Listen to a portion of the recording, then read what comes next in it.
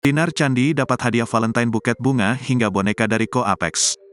Disc joki atau DJ Dinar Candi dapat banyak hadiah Valentine dari kekasihnya, Ko Apex.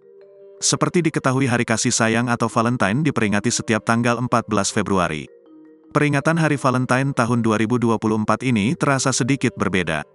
Pasalnya bertepatan dengan pesta demokrasi yang digelar setiap 5 tahun sekali, pemilihan umum, pemilu.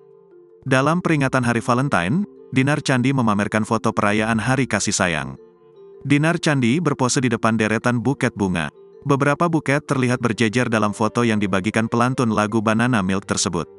3 buket bunga mawar berjajar membentuk tulisan I love you, sementara 2 di belakangnya membentuk sebuah boneka.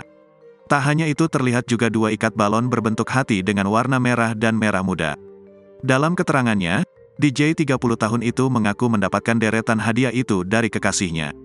Bahkan Dinar Candi dibuat terkesima dengan hadiah yang diberikan pengusaha asal Jambi tersebut. So sweet banget kado Valentine-nya Mang Dayat, Ko Apex, terang Dinar Candi.